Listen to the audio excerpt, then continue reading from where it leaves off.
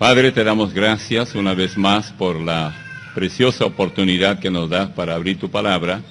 Pedimos que tú nos guíes en su interpretación y que estés con todos aquellos que escuchan la exposición de ella, tanto aquí en el recinto, en el lugar donde nos congregamos, como también en aquellos lugares alejados, sea que escuchen por la radio, por internet, lejos, en el extranjero, que ellos puedan sacar provecho también de esta hora de meditación en tu palabra, porque queremos extraer la mayor cantidad de enseñanzas que tú nos dejas en ella.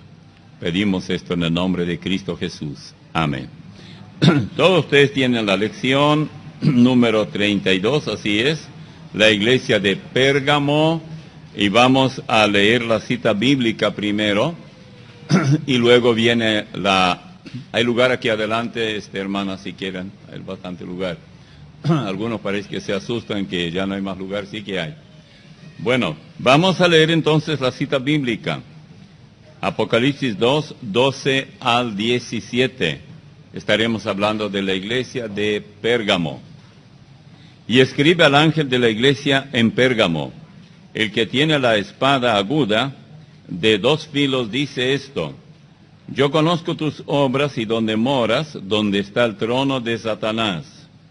Pero retienes mi nombre y no has negado mi fe, ni aun en los días en que Antipas, mi testigo fiel, fue muerto entre vosotros, donde mora Satanás.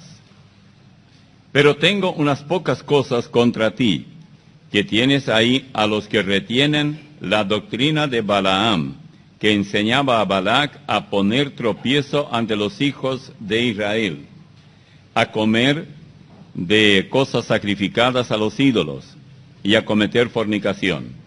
Y también tienes a los que retienen la doctrina de los Nicolaitas, la que yo aborrezco. Por tanto, arrepiéntete, pues si no, vendré a ti pronto y pelearé contra ellos con la espada de mi boca. El que tiene oído, oiga lo que el Espíritu dice a las iglesias.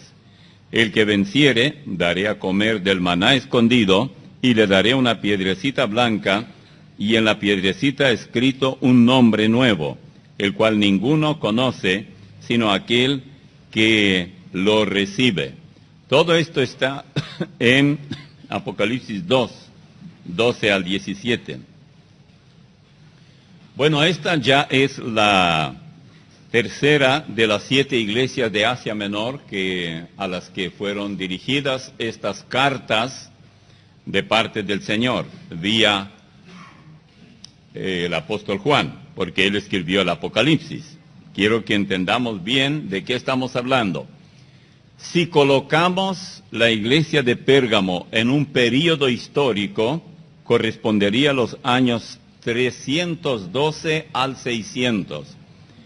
Podemos dar cuenta que son cerca de 300 años que corresponden al período de la iglesia de Pérgamo.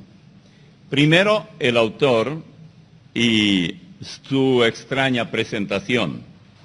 Dice: a la iglesia de Éfeso, él se presenta como el que tiene las 7 estrellas en su diestra. Y a la iglesia de Esmirna se presenta como el primero y el postrero. A la iglesia de Pérgamo se presenta como el que tiene la espada aguda de 2 filos. Esta es su credencial. Ahora, bueno, en primer lugar, ¿qué significa Pérgamo? Pérgamo significa simplemente ciudadela, una ciudad relativamente pequeña. Para entender algunas cosas, por ejemplo, el significado que tiene que ver con la ciudad donde, dice literalmente, está el trono de Satanás.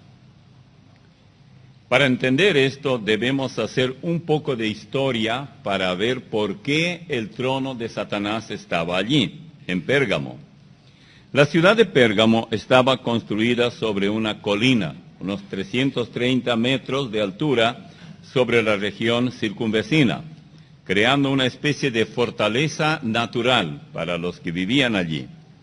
Era una ciudad moderna, un centro de la cultura griega y la educación, con una biblioteca, según los historiadores, que contaba nada menos que con 200.000 volúmenes. Era una ciudad culta, pero también era el centro de 4 sectas que rivalizaban entre sí, con Éfeso en su adoración de ídolos. El dios principal de la ciudad estaba simbolizado por una serpiente y se consideraba el dios de la sanidad. Por eso los médicos tienen esa serpiente, de allí viene, donde mora Satanás. Ahora no, por eso no hay que ir al médico. Hay algunos que estudian medicina, así que la gente de todas partes iba a Pérgamo en busca de sanidad. Hoy no, hoy van a los pentecostales. Buscaban sanidad de parte de ese Dios con minúscula que supuestamente sanaba. Pérgamo fue la ciudad capital de Asia hasta la conclusión del primer siglo, cuando se cumplieron los 100 años después de Cristo. Era una ciudad entregada a la adoración de muchos dioses griegos. Hay que reconocer que, aunque Grecia ya es Europa, la parte de Asia Menor está muy cerca, esa parte, de una buena parte de Grecia. El gobierno romano local, incapaz de poder controlar a la multitud de diferencias religiosas en la ciudad, exigía la cooperación de todos los grupos. En realidad, en cierto modo, el gobierno romano quería fomentar el ecumenismo. 2 de los sistemas religiosos más prominentes de la ciudad eran adoradores de Baco, el dios de los desenfrenos, y de Asclepio, o a veces se le llama Esculapio, el dios de la medicina. Ya saben, aquellos que quieren medicina, su dios es Esculapio. No digo que tengan una imagen por ahí de Esculapio, ¿no? ¿A qué se refiere cuando dice el que tiene la espada de 2 filos? Bueno, sin duda, algo tiene que significar la espada, y este no es el único texto que habla en forma alegórica de la espada. Es para mostrar tanto la palabra de Dios como el Espíritu Santo. Aquí van algunos de los textos que nos permiten descubrir esto. Por ejemplo, en Jeremías 5:14, ustedes deben tener en su bosquejo los textos. Ahora solo pueden abrir la Biblia y verificar si estoy leyendo bien. Por tanto, así ha dicho Jehová, Dios de los ejércitos, porque dijeron esta palabra, he aquí yo pongo mis palabras en tu boca por fuego, y a este pueblo por leña, y los consumirá. Aquí la palabra de Dios es fuego. Ya veremos también que es espada. Esto en Jeremías 5:14. En Jeremías 23:29, no es mi palabra como fuego, dice Jehová, y como martillo que quebranta la piedra. Ya tenemos la palabra de Dios como fuego y como martillo. En Efesios 6:17, y tomad el yelmo de la salvación y la espada del Espíritu, que es la palabra de Dios. Tenemos ya fuego, martillo, ¿y qué más? Espada, la palabra de Dios. En Hebreos 4:22 literalmente dice, porque la palabra de Dios es viva y eficaz y más cortante que toda espada de 2 filos. Una espada que tiene filo de ambos lados. Es decir, donde corta y el lado que no supone cortar, para que una persona que corta, corte al bajar y al levantar la espada. De 2 filos, dice, y penetra hasta partir el alma y el espíritu, las coyunturas y los tuétanos, y discierne los pensamientos y las intenciones del corazón. Por eso cuando dice espada, cuando habla acerca de la palabra, el que tiene la espada de 2 filos, es la palabra de Dios. Por eso fue tan perseguida, una y otra vez por diferentes imperios y gobiernos en el mundo a través de los años. ¿Por qué? Porque la palabra realmente corta, quema y golpea. corta lo que no sirve, quema también lo que no resiste el fuego y golpea lo que es necesario que reciba golpes. Es como martillo. La palabra de Dios como fuego, entonces, quema lo inútil. Como martillo, también golpea. El martillo hace dos cosas. Puede golpear, puede herirnos, lo que fuera, puede golpear para destruir y puede golpear la cabeza de un clavo y sujetar una tabla o lo que fuera. Así que la palabra de Dios es muy versátil y es como espada que corta lo innecesario, quita, saca. Nosotros cortamos a veces los árboles, algunos gajos que queremos que ya no existan allí y naturalmente los cortamos.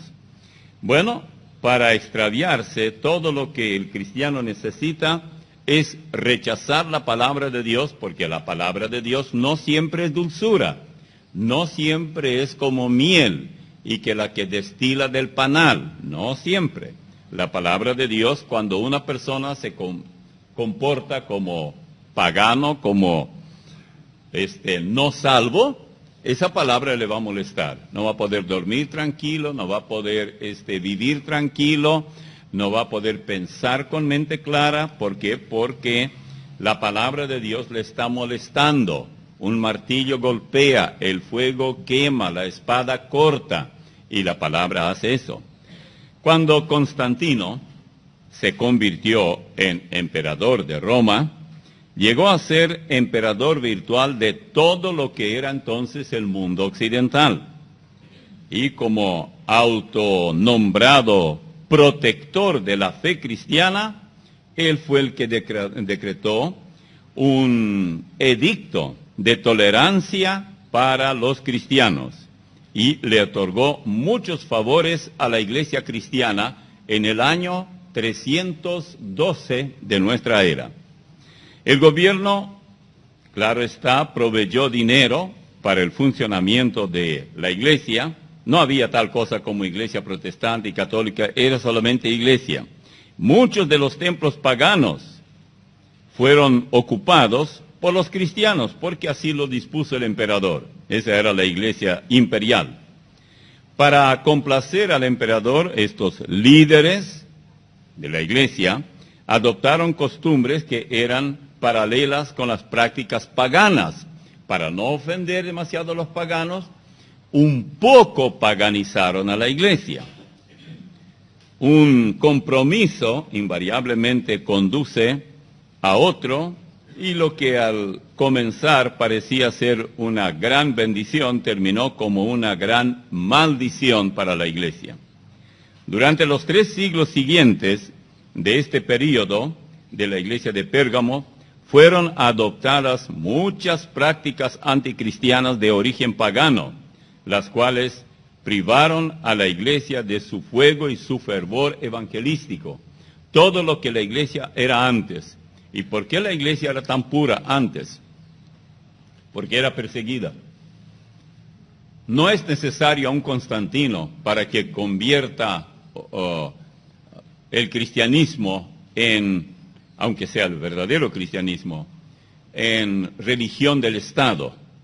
No es necesario. Es suficiente una iglesia complaciente. La de ahora es una iglesia complaciente.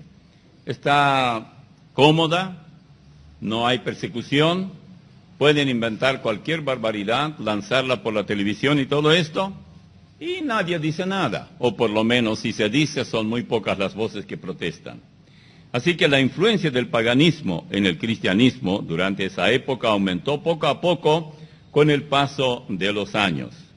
La iglesia comenzó a envolverse en, digamos, sí misma, en misterio, en rituales que tenían naturalmente la religión pagana y con sus dioses. Poco a poco la iglesia comenzó a ser infectada o afectada, o las dos cosas, por el paganismo.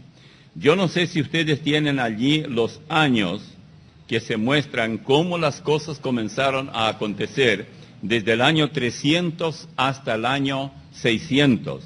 En el año 300 se inventaron las oraciones por los muertos.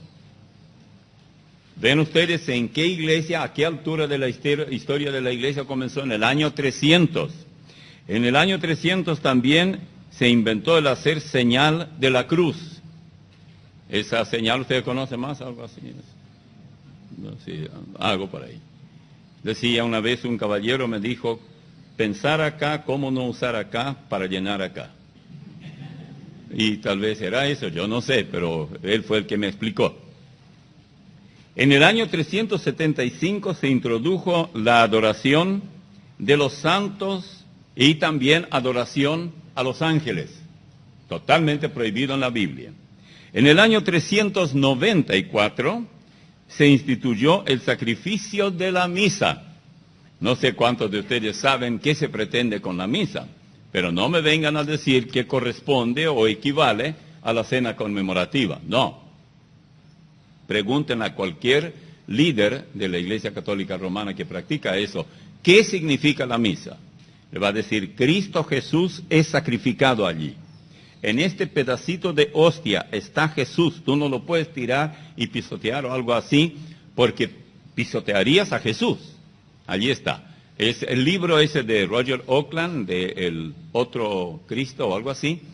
Ese libro deben de leer todos. Hasta lo vamos a poner en descuento un día de esto para que todos ustedes tengan ese libro, porque es muy interesante. Él hizo un estudio muy completo. Así que la cena del Señor, en cambio, no es nada de eso. La cena del Señor, todo lo que hace es un memorial. Es una ordenanza del Señor que tenemos que celebrarla para recordar que Jesús entregó su cuerpo clavado de una cruz y derramó su sangre por nosotros. Es todo. No tiene en sí ningún poder, no hay transubstanciación ni ninguna otra acción en eso. Simplemente son elementos materiales, y Jesús mismo dijo que el fruto de la vid y el pan, uno representa la sangre y el otro representa el cuerpo, porque Él entregó su cuerpo y su sangre por nosotros.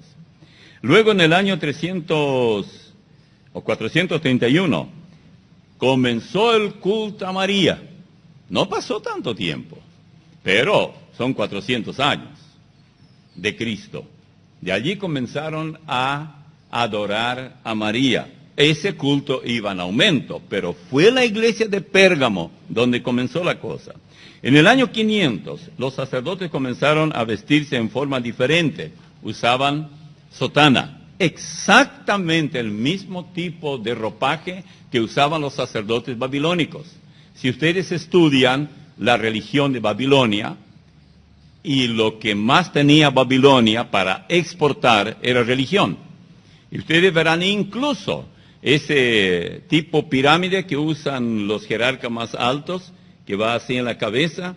También los sacerdotes de máxima jerarquía en Babilonia usaban. Ropaje negro también usaban ellos. O sea, fue una copia, ya que la religión, digamos, antes del Imperio Romano, la que abundaba, o sea, la que tenía el dominio, era la babilónica. Y entonces cuando Roma se levantó como imperio, no tenían la menor idea, no tenían tanta religión, así que muchos de los líderes de lo que había de religión imitaron a los babilonios, que era naturalmente el imperio anterior, y así eso entró. Por eso cuando Constantino en el 312 permitió que la iglesia cristiana sea reconocida como tal, no es que él abolió totalmente el paganismo, pero cuando él firmó el decreto que la iglesia del imperio será la cristiana, lo que pasó fue que los templos paganos prácticamente se vaciaron. Entonces, ¿por qué no usar templos que ya no tienen gente? Y regaló eso a la iglesia cristiana. Y hay muchas veces nosotros pensamos en qué bueno sería si el gobierno, el presidente es cristiano, los ministros, el Senado y todo esto. Bueno, ellos son cristianos. En todo el continente todos son cristianos. ¿Qué cree usted? Si no soy ni perro ni judío, ¿qué queda? Soy cristiano. Muchos entienden así. Entonces somos cristianos. Oh, dicen, ahí se fue un cristiano. Una persona, un hombre. Tal vez es un budista, tal vez, vaya a saber qué es, tal vez es un sinvergüenza, como hay tantos y todo. Se fue un cristiano. Porque confunden cristiano con ser humano. Usted puede ser ser humano y ser un animal, un bípedo, peor que el cerdo. Pero le dicen cristiano solo por no ser cerdo. Por lo menos en apariencia. Ahora, en la vida, en la práctica, en la mente, es cerdo. No gruñe, no, eso es cierto. No aprendió todavía. Así que en el 526 se comenzó a administrar la extrema unción como un sacramento. La iglesia comenzó a hacer eso. O sea, cuando Constantino, repito, convirtió el cristianismo en romanismo, no catolicismo, cuidado, porque el catolicismo no tiene nada de malo. Católico es universal. La genuina iglesia de Cristo es católica, pero no romana. Hay que hacer esta distinción. En el año 593, por fin, una saludable doctrina. Se introdujo la doctrina del purgatorio. Así la persona que moría sin ser salva, de ahí en adelante tenía la dichosa esperanza de un lugar que no existe y que es engaño, pero al engañado, ¿qué cuesta un engaño más? Cárguenme más engaño, total, ya estoy engañado, no tengo problema. ¿Y cuál es el engaño nuevo? El purgatorio, creo también eso. ¿Qué problema hay? Y eso se inventó ¿cuándo? 593, casi en el año 600. En el año 600 los servicios de adoración comenzaron a celebrarse en latín, ahora abolido, pero fue solo en latín, por muchos años, hasta hace relativamente poco tiempo, hasta hace 50 años, era totalmente en latín. Y también en el año 70 las oraciones a María. Ven cómo iba subiendo todo este tipo de manjares satánicos, como si fueran doctrinas cristianas, y la gente estaba siendo engañada. Así que a partir del año 312, la iglesia se convirtió, como ya dije, en más romana, o menos romanas, o mejor dicho, menos católica, pero más romana. La iglesia católica romana de hoy es prueba de ello. Es muy romana. ¿Por qué? Porque el imperio romano fue el que le dio origen. Yo espero ser lo más claro que logro hacerlo. El nombre Pérgamo significa literalmente, también puede significar matrimonio o elevación. Bueno, cuando la iglesia contrajo matrimonio con su anterior fuerza religiosa, el paganismo, allí está. Pero, ¿qué es lo que la iglesia hizo? Contrajo matrimonio con el imperio, con el gobierno. Y esto era visto en todo nuestro continente. Hasta hace pocos años, en la mayoría, si no en todos los países, si uno quería ser presidente, tenía que ser católico, apostólico, romano. Si uno quiere llegar a cierta jerarquía, digamos, en el campo militar, la misma cosa. Sé que aquí no es así desde hace bastante tiempo, y en otros países, y no sé si hay algún país en el continente, que yo sepa, no sé cuál, si es que hay, donde es obligatoria la religión católica romana para llegar a asumir la presidencia del país. ¿De dónde viene esto? Bueno, cuando la iglesia se casó con el gobierno imperial e hizo que el mismo emperador fuese el primer líder, papa, de la iglesia. Constantino fue eso. Él se autoproclamó la suprema autoridad de la iglesia y por supuesto ya era la autoridad del imperio. Hay otra cosa que se introdujo durante la iglesia de Pérgamo, el postmilenialismo. Ahora no se preocupen mucho por la palabra, algunos la confunden con milanesa, no tiene nada que ver con eso. Cuando el cristianismo se convirtió en la religión del Estado, vía Constantino, La esperanza llamada bienaventurada del retorno inmediato del Señor Jesucristo que la Iglesia enseñaba hasta entonces, desde los primeros 3 siglos, y que produjo esa Iglesia, digamos, evangelística, ferviente, pujante, consagrada, todo comenzó a cambiar. Conforme la Iglesia se hacía rica, económicamente hablando, y poderosa, se suponía que el mundo estaba mejorando, cada vez mejorando más y más, y que el reino de Cristo ya había comenzado y que concluiría, según ellos, cuando se acabó se introdujo el postmilenialismo, había comenzado el milenio. Todo lo que ellos decían, ya comenzó el reinado milenial. Yo no sé a quién calificaron de rey, seguramente a Constantino. Esto demandó una interpretación de la posición de Israel, lo cual se llevó a cabo sugiriendo que Israel había sido desechado para siempre. De ahí viene. A nosotros pensamos a veces que esto es algo moderno, no.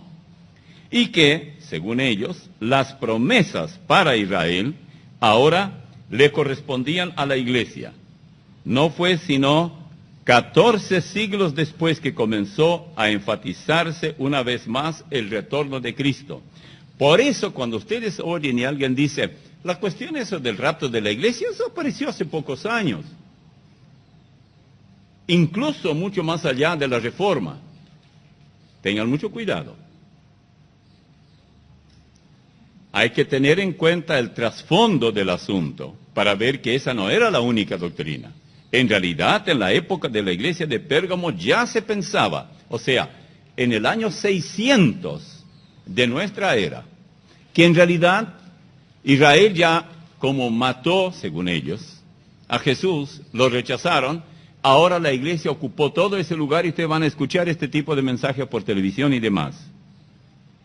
Y entonces, la cuestión del milenio y todo esto ya había comenzado. Se elimina el rapto, no hay gran tribulación, y si hubo, sería la tribulación pre-Constantino. Constantino terminó con la gran tribulación, según esta falsa doctrina, e introdujo él el reino de paz, el milenio. Después se menciona un tal Antipas. ¿Quién era Antipas? Que había sido muerto por su fe. Lo único que sabemos que era un fiel cristiano que murió como mártir de Cristo. Una tradición antigua dice que lo mataron asándolo en una olla hirviente, pero eso es solo tradición. Lo que es cierto es que él murió como mártir.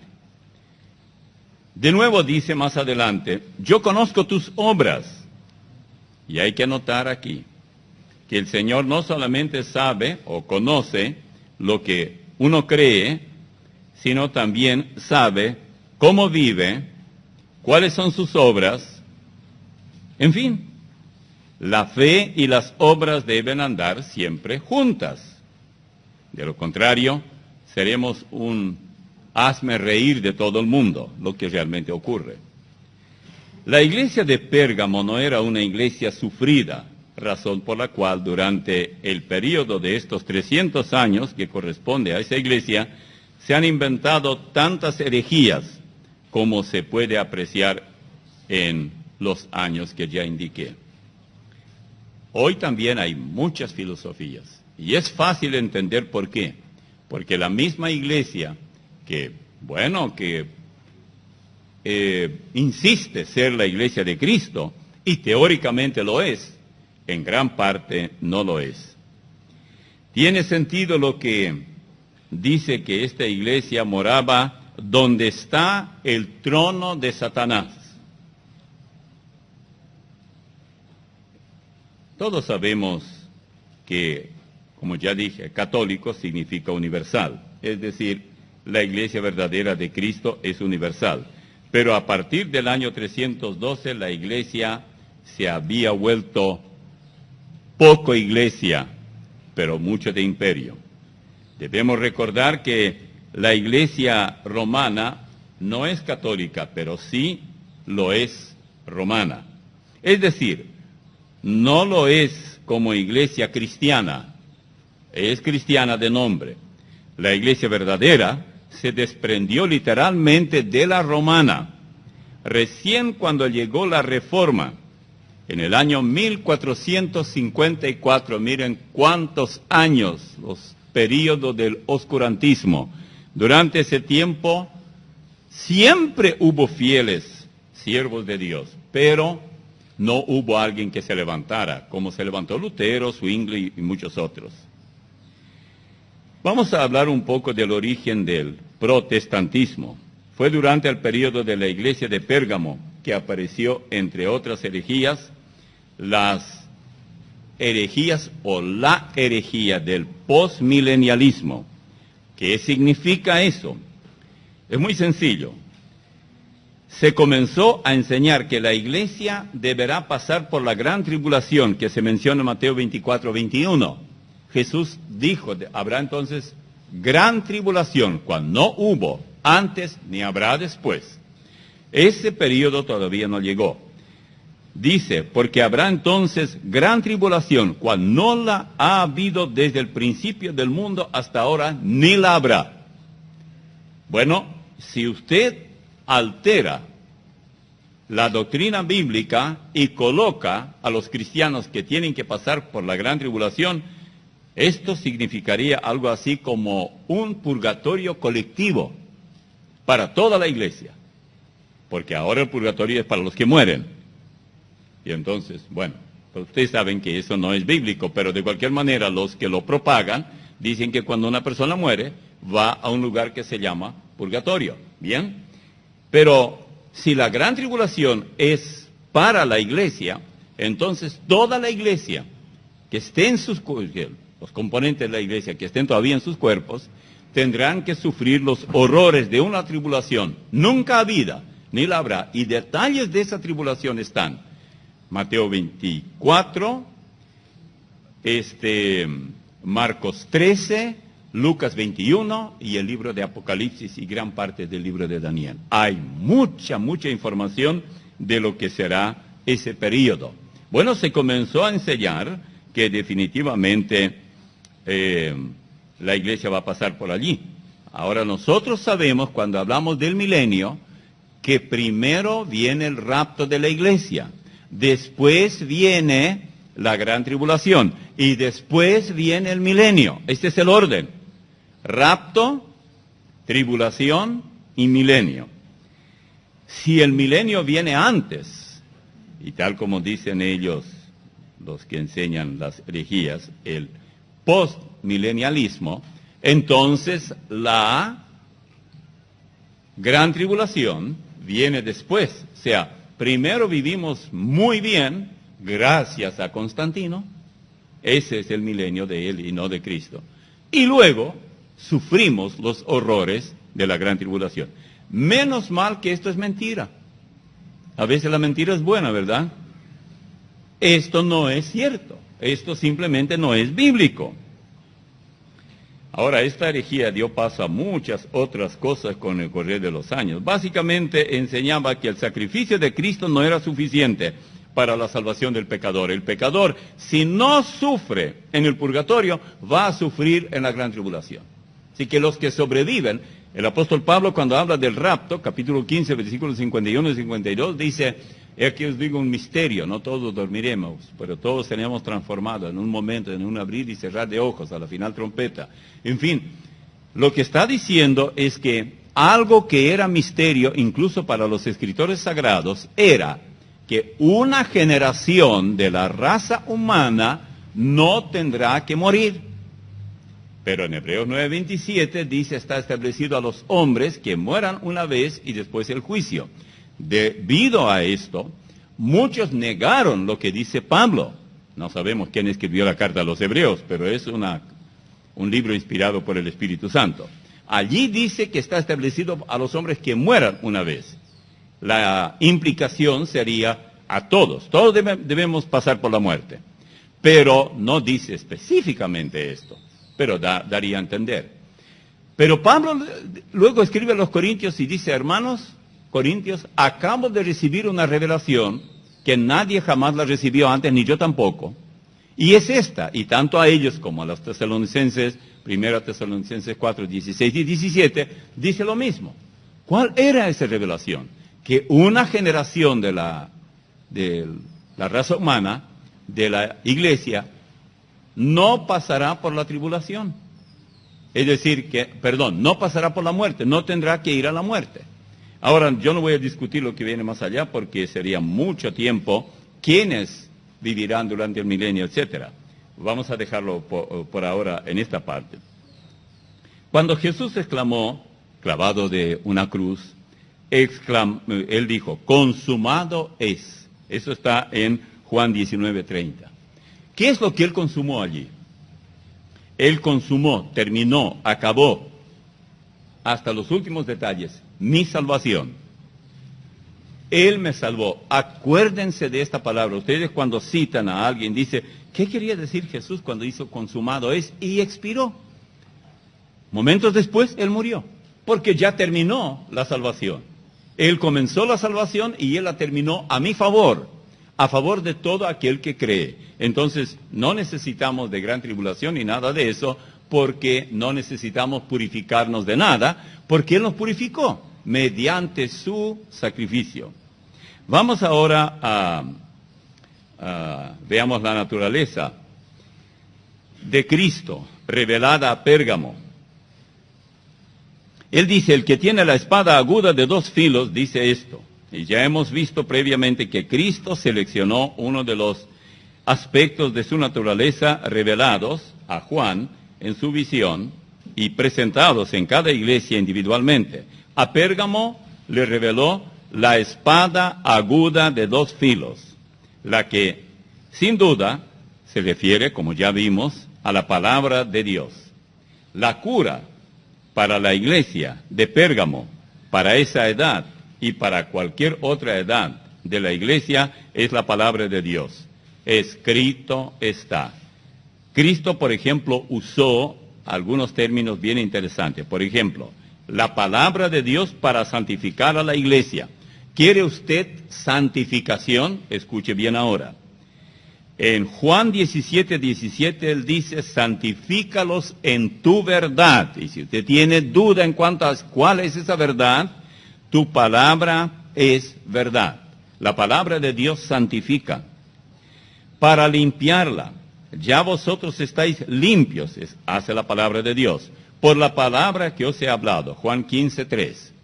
Cualquier persona que lee la Biblia y acepta sus principios morales que aparecen en sus páginas, muy probablemente cambie en su conducta. No necesariamente regenerada y salva, pero tratando de imitar lo que la Biblia dice, tratará de dejar muchas de las costumbres que tenía hasta entonces. También la palabra de Dios provee gozo. Esta es su otra función. Juan 15:11. Estas cosas os he hablado para que mi gozo esté en vosotros y vuestro gozo sea cumplido. Note bien, estas cosas os he hablado. Les estoy dando palabras, dice Jesús, porque quiero que el gozo de ustedes sea completo. También la palabra de Dios alumbra, da luz. Por ejemplo, en Juan 16:33 dice, estas cosas os he hablado para que en mí tengáis paz. Bueno, da luz y da paz. Si la iglesia de Pérgamo hubiera escuchado la palabra de Dios, nunca habría caído en lo que cayó. Pero al alejarse de la palabra de Dios y encantado seguir los decretos del emperador, allí fue el problema. Y los emperadores que le siguieron también. Luego, la alabanza para la iglesia de Pérgamo. Hay algo, porque a cada una él dice algo. La alaba o la reprende, o las dos cosas. El Señor tenía 3 cosas en términos de alabanza para esta iglesia de Pérgamo. Primero, yo conozco tus obras y dónde moras, donde está el trono de Satanás. Qué lindo lugar para vivir, ¿no? Sin duda este no es el mejor lugar para vivir o para tener una iglesia y mantenerse uno firme. Ahora, ¿sabía usted que todo cuanto tenía esa iglesia de negativo se trasladó luego a Roma? Porque el centro de la iglesia de Pérgamo hoy es el Vaticano. Tomemos esta declaración como algo personal. Pensemos en nosotros. Ya dejemos un poco la iglesia. 1. El Señor conoce mis obras, tanto buenas como malas. ¿O alguno de ustedes logró esconder? No se puede. 2. El Señor sabe cuál es mi dirección. Ciudad, calle, número, hasta el celular. Él sabe todo. Entonces debe saber eso también. Y 3. El Señor sabe a qué distancia estoy del trono de Satanás. Porque el trono de Satanás puede ser también mi propia mente, mi corazón. Depende de quién me domina. No es fácil cultivar una vida espiritual abundante en semejante ambiente. En el ambiente en el que nosotros vivimos, no es fácil. Los jóvenes, por ejemplo, tienen muchas inquietudes propias de la juventud. David pedía a Dios que olvidara sus pecados de juventud, y cuánto admiramos a él. Y muchos muchachos, y también muchachas a la edad de la adolescencia, son muy buenos, muy fieles. Hay mucho futuro, uno diría, de ellos. Pero luego vienen los sacudones de la edad entre, digamos, 18 y un poco menos, hasta los 30, o 28, 25, algo así. Son los años de locuras. Y naturalmente, allí es donde fácil es caer si el lugar donde vive es el trono de Satanás. Pero hay otra cosa que él dice. Dice, no has negado mi fe. Eso es bueno. Negar o no negar la fe. Hay que entenderlo por doctrina sana. Fe es también qué es lo que yo creo. No es solamente, yo tengo mucha fe. A usted le irá bien porque yo tengo mucha fe. Olvídese, no escuche a esos charlatanes. Pero ellos no negaron. Es decir, hubo gente que no se dejó arrastrar por la doctrina de Constantino. Permanecían fieles. Y la otra cosa dice, la doctrina de Balaam. Para conocer este personaje, yo les doy solamente la cita bíblica completa. Es largo leer todo, pero algo les voy a leer tal vez hoy, porque es muy interesante. ¿Quién era Balaam? Tienen ustedes que tener en cuenta los capítulos 22 hasta el 31 del libro de Números. Allí está toda la historia de él. Permítanme leerles un poquitito aquí. A ver, voy a ver si tenemos un poco de tiempo para leer parte. Capítulo 22 del libro de Números, versículo 21. Así Balaam se levantó por la mañana y enalbardó su asna y fue con los príncipes de Moab. Y la ira de Dios se encendió porque él iba. Y el ángel de Jehová, que es nuestro Señor, se puso en el camino por adversario suyo. Iba pues él montado sobre su asna, y con él 2 criados suyos. Y el asna vio al ángel de Jehová, que estaba en el camino, con su espada desnuda en su mano. Fíjense ustedes que los burros, asna prima hermana del burro, decimos que son los animales más torpes que existen. Cuando queremos decir a uno que es ignorante, si es un burro. Pero fíjense ustedes, el reverendo Balaam era más burro que el burro. Y se apartó el asna del camino e iba por el campo. Entonces azotó Balaam al asna para hacerla volver al camino. Versículo 24. Pero el ángel de Jehová se puso en una senda de viñas que tenía pared a un lado y pared al otro. Y viendo el asna al ángel de Jehová, se pegó a la pared y apretó contra la pared el pie de Balaam, y él volvió a azotarla. Tonto ese tipo, ¿ah? Y el ángel de Jehová pasó más allá, y se puso en una angostura, donde no había camino para apartarse ni a derecha ni a izquierda.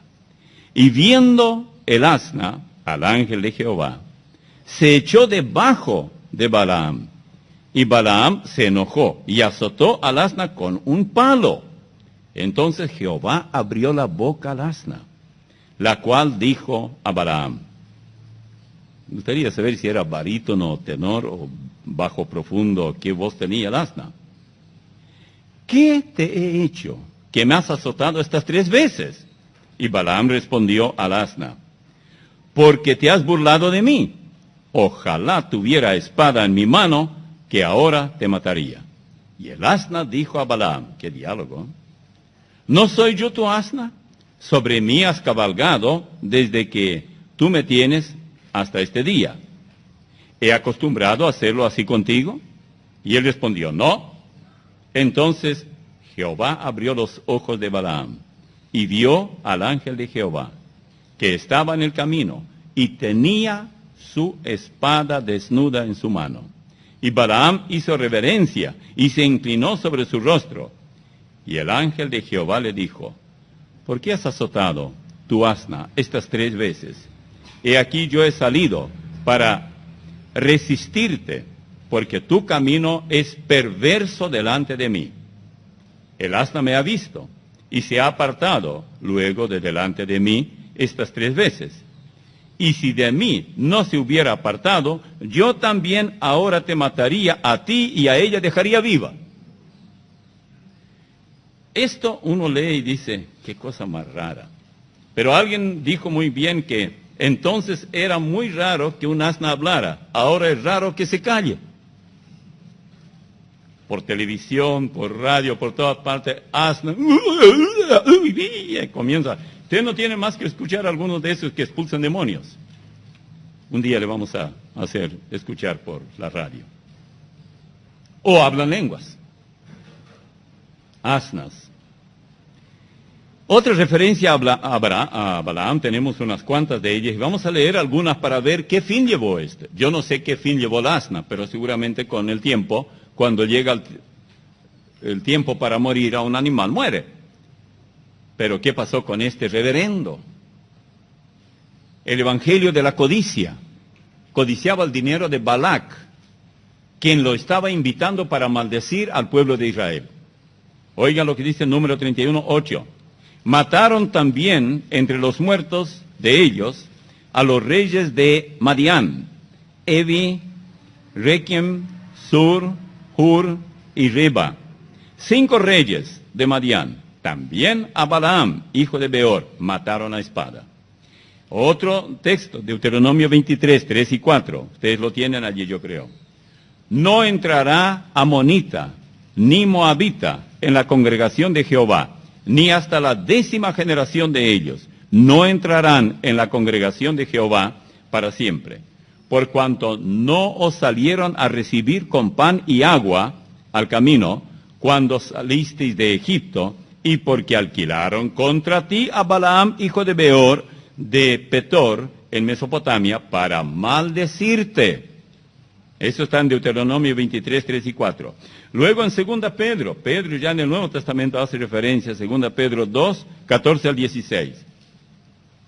Tienen los ojos llenos de adulterio, no se sacian de pecar, seducen las almas inconstantes, tienen el corazón habituado a la codicia y son hijos de maldición. Han dejado el camino recto y se han extraviado siguiendo el camino de Balaam, hijo de Beor, el cual amó el premio de la maldad y fue reprendido por su iniquidad, pues una muda bestia de carga, hablando con voz de hombre, refrenó la locura del profeta. Esto en 2 Pedro 2, 14 al 16. En Judas, versículo 11, es un libro muy corto, no hay capítulos, más que uno. Ay de ellos, porque han seguido el camino de Caín y se lanzaron por lucro en el error de Balaam y perecieron en la contradicción de Coré. Lástima que no tenemos tiempo para elaborar todo esto. Basta fijarse en qué compañía está este caballero llamado Balaam.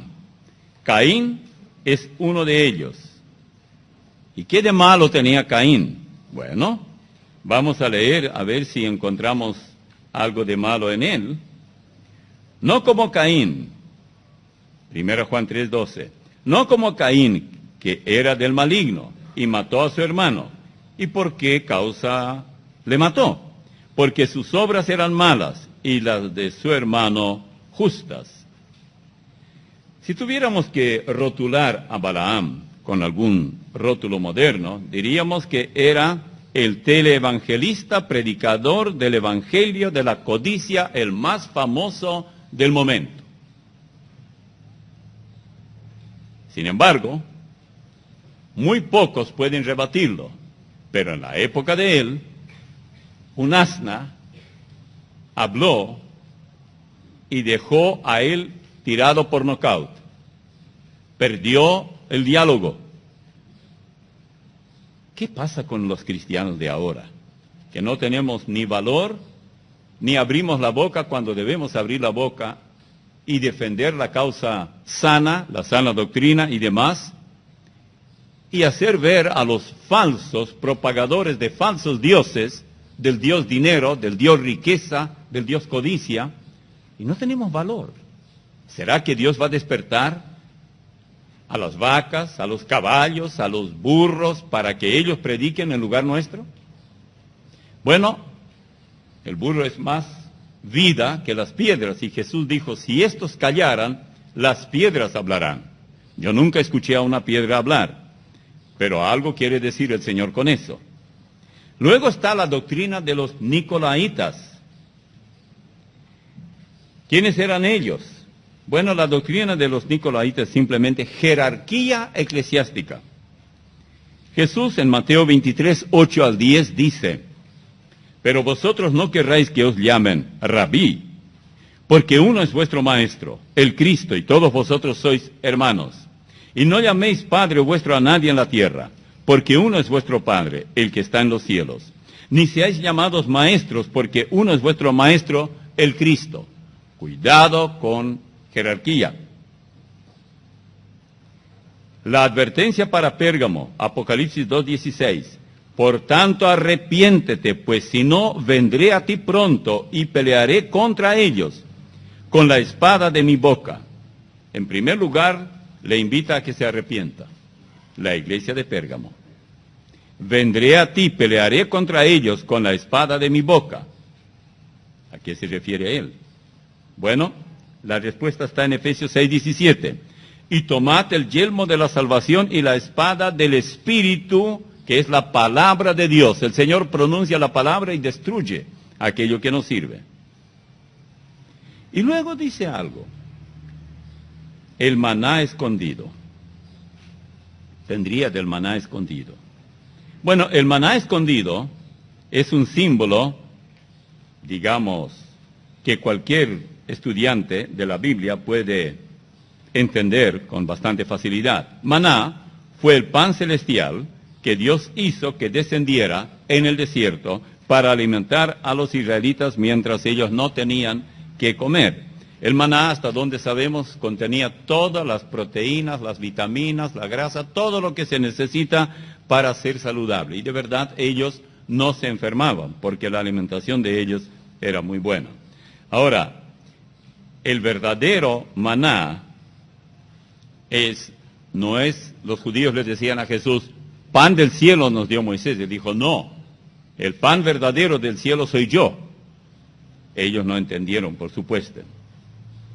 Dice en Filipenses 4:19, mi Dios pues suplirá todo lo que os falta conforme a sus riquezas en gloria en Cristo Jesús.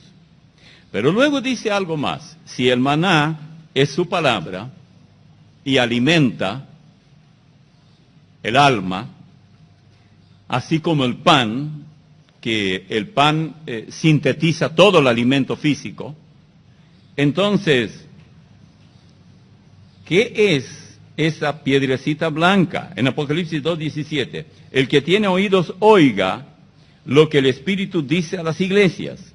El que venciere, daré a comer del maná escondido y le daré una piedrecita blanca y en la piedrecita escrito su nombre nuevo, el cual ninguno conoce, sino aquel que lo recibe. Bueno, en la piedrecita escrito su nombre nuevo. ¿Cuál es el significado de la piedrecita blanca? Ustedes habrán leído eso más de una vez y dijeron, eso sí que yo no entiendo. Gran cosa, ¿por qué quiero una piedrecita blanca? Yo la puedo encontrar en cualquier riachuelo que corre por allí. Bueno, difícilmente alguien puede explicar esto. Y francamente, los teólogos no se ponen muy de acuerdo. Personalmente, la piedrecita puede significar, según mi juicio, algo fuerte, algo indestructible. El que diga que será blanca, habla de pureza. Es decir, alguna distinción de seguridad, de fortaleza, de indestructibilidad y de belleza y de pureza que recibiremos los cristianos.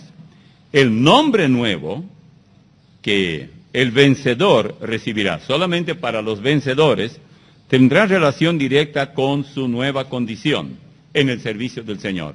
Se sabrá quién es y quién no es el vencedor. El maná escondido tiene que ver con ese pan del cielo. Voy a leer un texto que está en Juan capítulo 6. Juan 6, 31 al 37. Hablan los judíos con Jesús. Nuestros padres comieron el maná en el desierto, como está escrito, pan del cielo les dio a comer. Y Jesús les dijo, de cierto os digo, no os dio Moisés el pan del cielo, mas mi Padre os da el verdadero pan del cielo.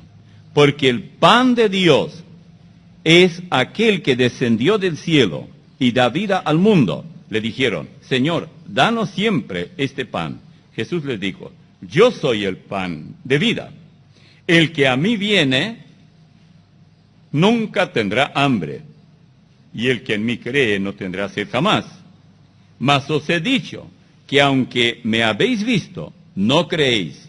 Todo lo que el Padre me da vendrá a mí, y al que a mí viene, no le echo fuera. Esto en Juan 6, 31 al 37. Resumiendo, 1. La carta se dirige al ángel de la iglesia. Ya sabemos quién es el ángel. Yo puedo ser bastante feo y usted tiene una idea que el ángel siempre tiene que ser muy lindo, pero aguántenme igual y soy el ángel, el pastor de la iglesia. Yo creo que es el responsable de recibir, y más en aquella época que ellos no tenían la Biblia, no tenían la palabra escrita y tenían que enseñar. Por eso, él se dirige siempre a quien tiene la mayor responsabilidad. Escribe al ángel de la iglesia en Pérgamo, el que tiene la espada aguda de 2 filos, dice esto.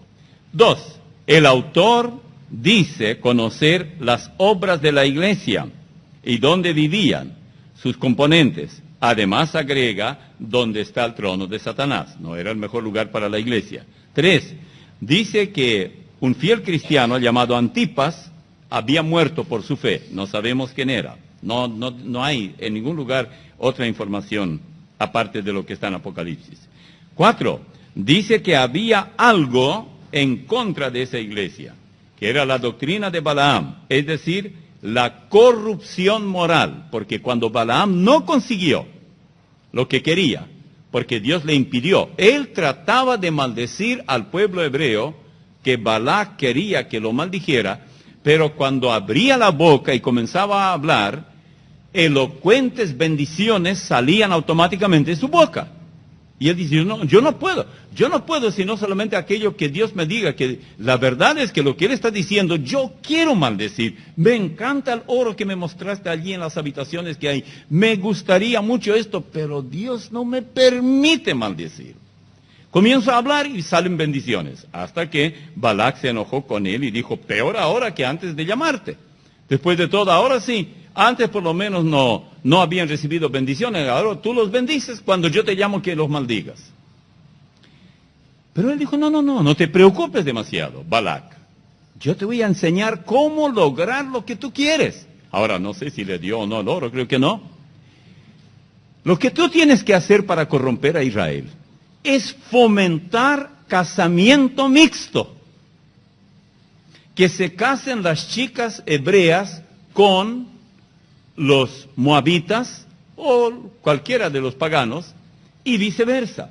Y una vez que ellos entran en el matrimonio, verás cómo las paganas arrastrarán al cristiano y se irá tranquilo, cosa que nunca hizo, y se va a postrar delante de una virgen, delante de un palo, va a prender velas, les va a ayudar a prender velas. No es que irá a destruir. Siempre los muchachos cuando se enamoran de una chica mundana dicen: pastor, ya tengo una, ya encontré.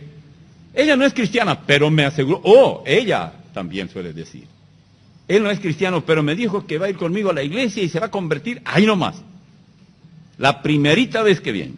Y algunos incluso hacen como que se convirtió. Viene, hasta dejan salir una lágrima. Yo no sé cómo lo logran. Yo no puedo llorar cuando quiero. Yo lloro cuando viene el llanto, pero no puedo llorar así nomás por llorar. Pero sabemos que hubo en la época de Jesús cuartetos y quintetos y tríos de llorones para llorar en un sepelio. Se les pagaba y ellos lloraban. Ay, eso debía ser pésimo. Y si se juntan 3, 4, como yo lo hago ahora, imagínense cómo parecía eso. Pero, ¿qué van a correr? Si les gustaba, porque había que estar allí, dice el hermano que todos van a correr. No, no van a correr. Van a correr si hay música rock. Ah, no, nadie corre. Aplauden y contentos, luces verdes, rojas, amarillas y todo. ¡Ay, qué alegría!, ¿no? Bueno, así es como Balaam le dijo a Balac: eres tonto. Yo tengo un truco mucho mejor. Y así lo logró. Y tanto es así que cuando Salomón llegó a ser rey, las mujeres también a él lo desviaron. Y no era un tonto él. Lo desviaron y él también levantó ídolos y junto con esas mujeres iba, sabía que era mentira, sabía que era engaño. ¿Qué es lo que tienen las mujeres para seducir a hombres fuertes? Tienen convicciones. Balaam sabía eso. Había medido muy bien. Y dijo: Balac, tú eres un tonto, ¿quieres que yo maldiga a esa nación? Tienes una herramienta formidable, te la voy a dar, gratis, aquí está. Y en pocas palabras le escribió cómo hacerlo, le salió perfecto. Porque luego vino una situación verdaderamente terrible para el pueblo hebreo. Ya tenemos que terminar.